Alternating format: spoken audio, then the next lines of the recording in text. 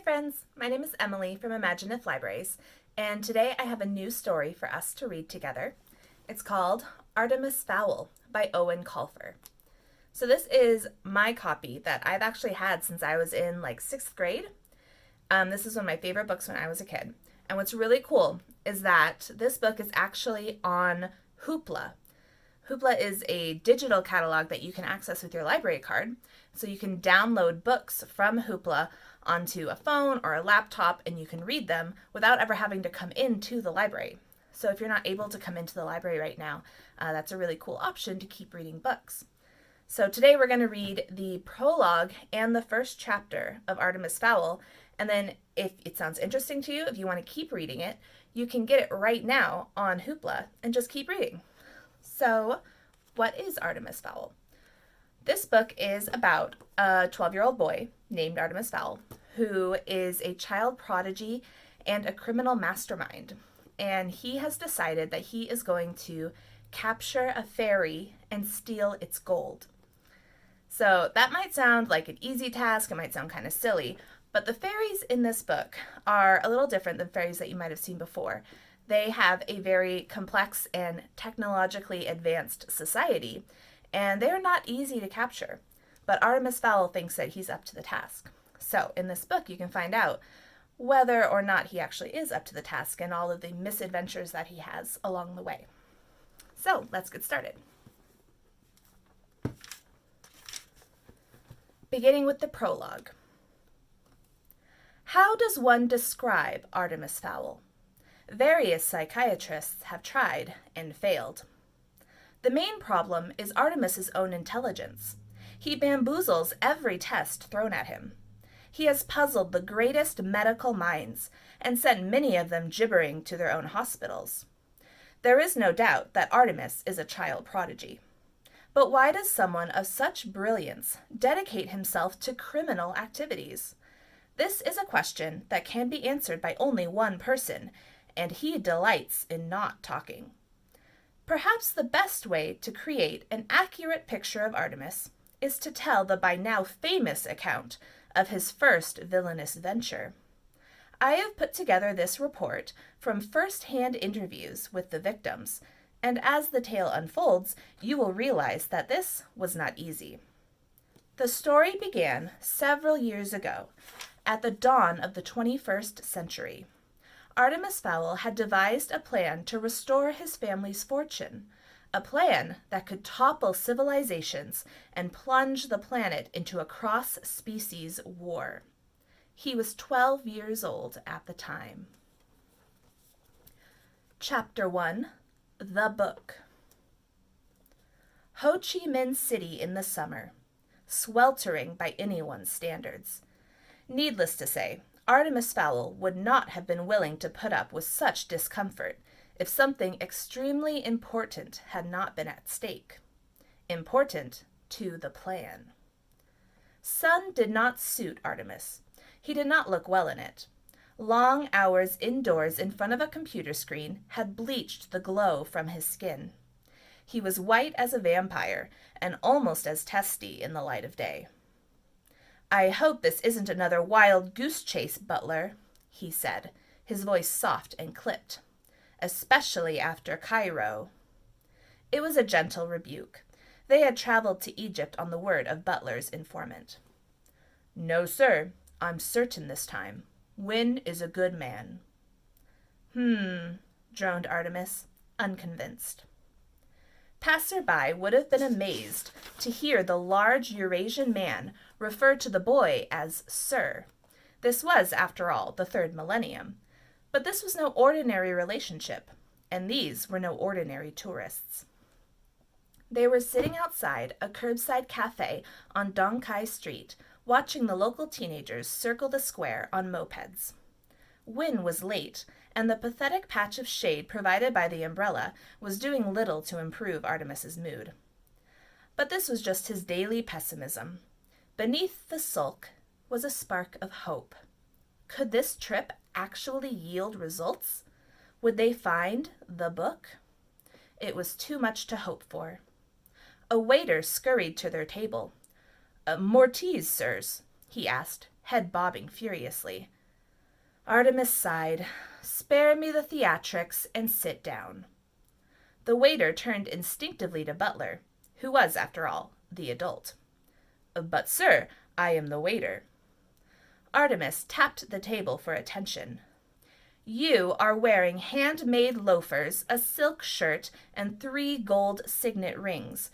Your English has a tinge of Oxford about it, and your nails have the soft sheen of the recently manicured. You are not a waiter. You are our contact, Win Shan, and you have adopted this pathetic disguise to discreetly check for weaponry." Win's shoulders sagged. "It is true. Amazing." "Hardly. A ragged apron does not a waiter make." Win sat, pouring some mint tea into a tiny china cup. "Let me fill you in on the weapon's status," continued Artemis. "I am unarmed, but Butler here, my butler, has a Sig Sauer in his shoulder holster, 2 shrike-throwing knives in his boots, a Derringer 2-shot up his sleeve, garrote wire in his watch, and 3 stun grenades concealed in various pockets. Anything else, Butler?" "The Kosh, sir." "Oh, yes, a good old ball-bearing Kosh stuffed down his shirt." Win brought the cup trembling to his lips. "Don't be alarmed, Mr. Shan," Artemis smiled. "The weapons will not be used on you." Win didn't seem reassured. "No," continued Artemis. "Butler could kill you 100 different ways without the use of his weapons, though I'm sure one would be quite sufficient." Win was by now thoroughly spooked. Artemis generally had that effect on people. A pale adolescent speaking with the authority and vocabulary of a powerful adult. Win had heard the name Fowl before. Who hadn't in the international underworld? But he'd assumed he'd be dealing with Artemis Sr., not this boy. Though the word boy hardly seemed to do this gaunt individual justice. And the giant, Butler. It was obvious that he could snap a man's backbone like a twig with those mammoth hands. Win was starting to think that no amount of money was worth another minute in this strange company. "And now to business," said Artemis, placing a micro-recorder on the table. "You answered our web advertisement." Win nodded, suddenly praying that his information was accurate. "Yes, Master Fowl. What you're looking for, I know where it is." "Really? And am I supposed to just take your word for this? You could be walking me straight into an ambush. My family is not without enemies." Butler snatched a mosquito out of the air beside his employer's ear. "No, no," said Win, reaching for his wallet. "Here, look." Artemis studied the Polaroid. He willed his heart to maintain a calm beat. It seemed promising, but anything could be faked these days with a PC and a flatbed scanner. The picture showed a hand reaching from layered shadows, a mottled green hand. He murmured. "Explain." "This woman, she is a healer near Tudo Street. She works in exchange for rice wine, all the time drunk." Artemis nodded. It made sense. The drinking. One of the few consistent facts his research had unearthed. He stood, pulling the creases from his white polo shirt. "Very well. Lead on, Mr. Shan." Win wiped the sweat from his stringy mustache. "Information only, that was the agreement. I don't want any curses on my head." Butler expertly gripped the informant behind the neck. "I'm sorry, Mr. Shan, but the time when you had a choice in matters is long past." Butler steered the protesting Vietnamese man to the rented 4-wheel drive that was hardly necessary on the flat streets of Ho Chi Minh City, or Saigon as the locals still called it, but Artemis preferred to be as insulated from civilians as possible. The jeep inched forward at a painfully slow rate, made all the more excruciating by the anticipation building in Artemis's chest. He could suppress it no longer. Could they at last be at the end of their quest? After 6 false alarms across 3 continents, could this wine-sodden healer be the gold at the end of the rainbow? Artemis almost chuckled. Gold at the end of the rainbow. He'd made a joke. Now there's something that didn't happen every day. The mopeds parted like fish in a giant shoal. There seemed to be no end to the crowds. Even the alleyways were full to bursting with vendors and hagglers. Cooks dropped fish heads into walks of hissing oil, and urchins threaded their way underfoot, searching for unguarded valuables. Others sat in the shade, wearing out their thumbs on Game Boys. Wynne was sweating right through his khaki top. It wasn't the humidity, he was used to that. It was this whole cursed situation. He should have known better than to mix magic and crime. He made a silent promise that if he got out of this, he would change his ways. No more answering shady internet requests, and certainly no more consorting with the sons of European crime lords. The jeep could only go so far. Eventually, the side streets grew too narrow for the 4-wheel drive. Artemis turned to Wynne. "It seems we must proceed on foot, Mr. Sean. Run, if you like, but expect a sharp and fatal pain between your shoulder blades." Wynne glanced into Butler's eyes. They were a deep blue, almost black. There was no mercy in those eyes. "Don't worry," he said. "I won't run." They climbed down from the vehicle. 1,000 suspicious eyes followed their progress along the steaming alley. An unfortunate pickpocket attempted to steal Butler's wallet. The manservant broke the man's fingers without looking down. They were given a wide berth after that. The alley narrowed into a rutted lane. Sewage and drain pipes fed directly onto the muddy surface. Cripples and beggars huddled on rice mat islands. Most of the residents of this lane had nothing to spare, with the exception of 3. "Well?" demanded Artemis. "Where is she?" Wynne jabbed a finger toward a black triangle beneath a rusted fire escape. "There, under there. She never comes out. Even to buy rice spirits, she sends a runner. Now, can I go?" Artemis didn't bother answering. Instead, he picked his way across the puddled lane to the lee of the fire escape. He could discern furtive movements in the shadows. "Butler, could you hand me the goggles?"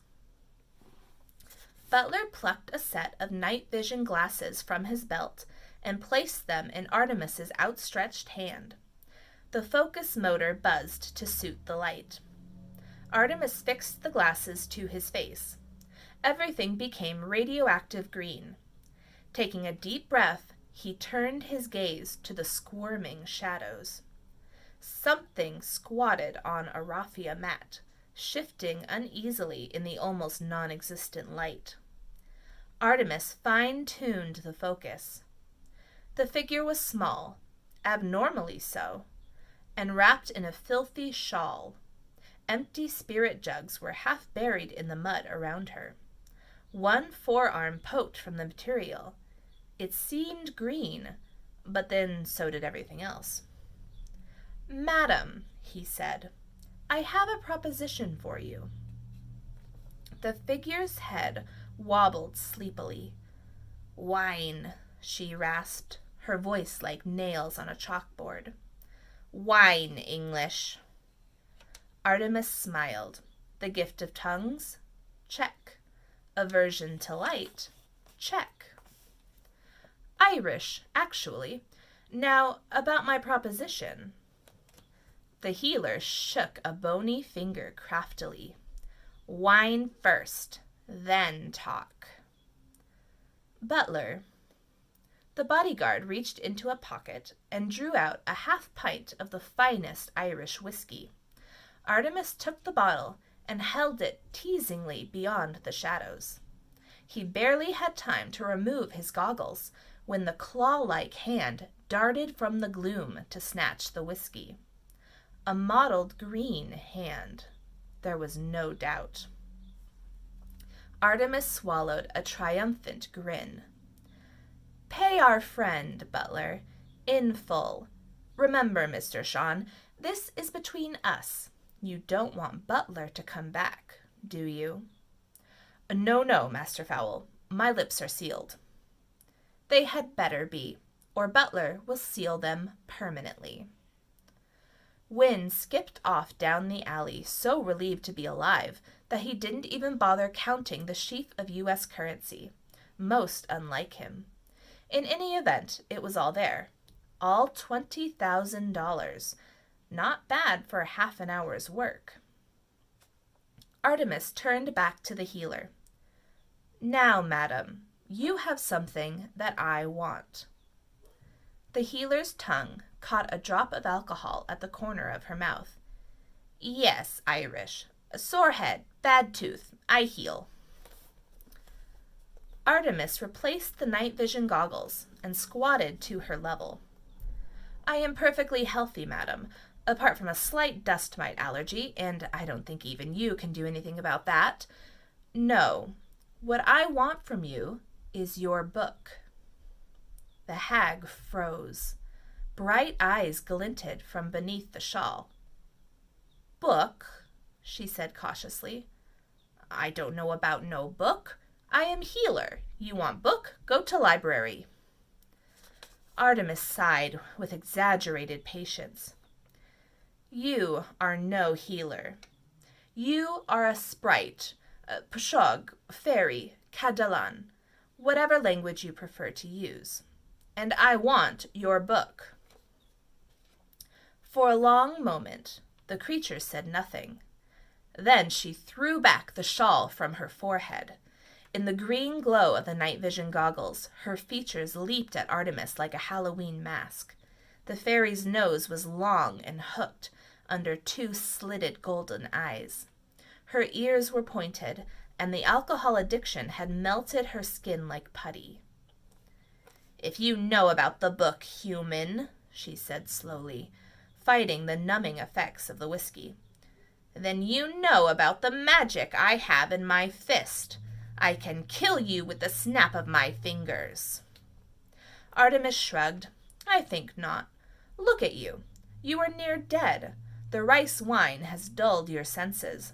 Reduced to healing warts? Pathetic. I am here to save you in return for the book." "What could a human want with our book?" "That is no concern of yours. All you need to know are your options." The sprite's pointed ears quivered. "Options?" 1. You refuse to give us the book, and we go home, leaving you to rot in this sewer." "Yes," said the fairy. "I choose this option." No, don't be so eager. If we leave without the book, you will be dead in a day." "A day? A day?" the healer laughed. "I will outlive you by a century. Even fairies tethered to the human realm can survive the ages." "Not with half a pint of holy water inside them," said Artemis, tapping the now empty whiskey bottle. The fairy blanched, then screamed a high, keening, horrible sound. "Holy water! You have murdered me, human!" "True," admitted Artemis. "It should start to burn any minute now." The fairy poked her stomach tentatively. "The second option?" "Listening now, are we? Very well then. Option 2. You give me the book for 30 minutes only. Then I return your magic to you." The sprite's jaw dropped. "Return my magic? Not possible." "Oh, but it is. I have in my possession 2 ampoules. One, a vial of spring water from the fairy well 60 meters below the Ring of Terra, possibly the most magical place on Earth. This will counteract the holy water. And the other? The other is a little shot of man-made magic, a virus that feeds on alcohol mixed with a growth agent. It will flush every drop of rice wine from your body, remove the dependence, and even bolster your failing liver. It'll be messy, but after a day you'll be zipping around as though you were 1,000 years old again. The sprite licked her lips. To be able to rejoin the people? Tempting. How do I know to trust you, human? You have tricked me once already. Good point. Here's the deal. I give you the water on faith. Then, after I've had a look at the book, you get the booster. Take it or leave it. The fairy considered. The pain was already curling around her abdomen. She thrust out her wrist. I'll take it. I thought you might. Butler. The giant manservant unwrapped a soft velcroed case containing a syringe gun and 2 vials. He loaded the clear one, shooting it into the sprite's clammy arm. The fairy stiffened momentarily, and then relaxed. Strong magic, she breathed. Yes, but not as strong as your own will be when I give you the second injection. Now, the book. The sprite reached into the folds of her filthy robe, rummaging for an age. Artemis held his breath. This was it. Soon the Fowls would be great again. A new empire would rise with Artemis Fowl II at its head. The fairy withdrew a closed fist. No use to you anyway, written in the old tongue. Artemis nodded, not trusting himself to speak. She opened her knobbly fingers. Lying in her palm was a tiny golden volume the size of a matchbox. Here, human, 30 of your minutes, no more. Butler took the tiny tome reverentially. The bodyguard activated a compact digital camera and began photographing each wafer-thin page of the book. The process took several minutes. When he was finished, the entire volume was stored on the camera's chip. Artemis preferred not to take chances with information. Airport security equipment had been known to wipe many a vital disk. So he instructed his aide to transfer the file to his portable phone and from there email it to the Fowl Manor in Dublin. Before the 30 minutes were up, the file containing every symbol in the fairy book was sitting safely in the Fowl server. Artemis returned the tiny volume to its owner. Nice doing business with you. The sprite lurched to her knees. The other potion, human? Artemis smiled. Oh yes, the restoring booster. I suppose I did promise. Yes, human promised. Very well, but before we administer it, I must warn you that purging is not pleasant. You're not going to enjoy this one bit. The fairy gestured around her at the squalid filth. You think I enjoy this? I want to fly again. Butler loaded the second vial, shooting this one straight into the cartoid artery. The sprite immediately collapsed on the mat, her entire frame quivering violently. Time to leave, commented Artemis. 100 years of alcohol leaving a body by any means possible is not a pretty sight. The butlers had been serving the fowls for centuries. It had always been that way. Indeed, there were several eminent linguists of the opinion that this was how the common noun had originated.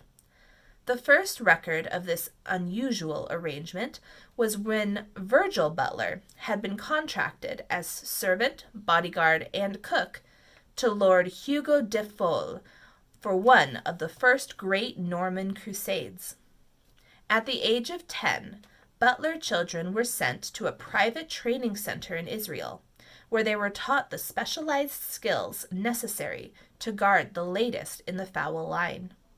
These skills included cordon bleu cooking, marksmanship, a customized blend of martial arts, emergency medicine, and information technology. If, at the end of their training, there was not a fowl to guard, then the butlers were eagerly snapped up as bodyguards for various royal personages, generally in Monaco or Saudi Arabia. Once a fowl and a butler were put together, they were paired for life. It was a demanding job and lonely, but the rewards were handsome if you survived to enjoy them. If not, then your family received a 6-figure settlement plus a monthly pension. The current butler had been guarding young Master Artemis for 12 years, since the moment of his birth. And though they adhered to the age-old formalities, they were much more than master and servant. Artemis was the closest thing Butler had to a friend, and Butler was the closest Artemis had to a father, albeit one who obeyed orders. Butler held his tongue until they were aboard the Heathrow connection from Bangkok. Then he had to ask, "Artemis." Artemis looked up from the screen of his power book. He was getting a head start on the translation. "Yes." "The sprite. Why didn't we simply keep the book and leave her to die?" "A corpse is evidence, Butler. My way, the people will have no reason to be suspicious." "But the sprite?" "I hardly think she will confess to showing humans the book. In any case, I mixed a slight amnesiac into her second injection. When she finally wakes up, the last week will be a blur." Butler nodded appreciatively. Always 2 steps ahead. That was Master Artemis. People said he was a chip off the old block. They were wrong. Master Artemis was a brand new block, the likes of which had never been seen before. Doubts assuaged, Butler returned to his copy of Guns and Ammo, leaving his employer to unravel the secrets of the universe. So that was the end of chapter 1. This book is a really fun ride, and it's got a lot of humor in it and twists and turns, so I really recommend reading it if you're interested, and you can find that on Hoopla. We'll have the link in the description below. We also do have physical copies at our libraries if you are able and want to get a hold of those too. So I hope you enjoyed and that you're having a good day, and I hope that I can see you soon. Bye-bye!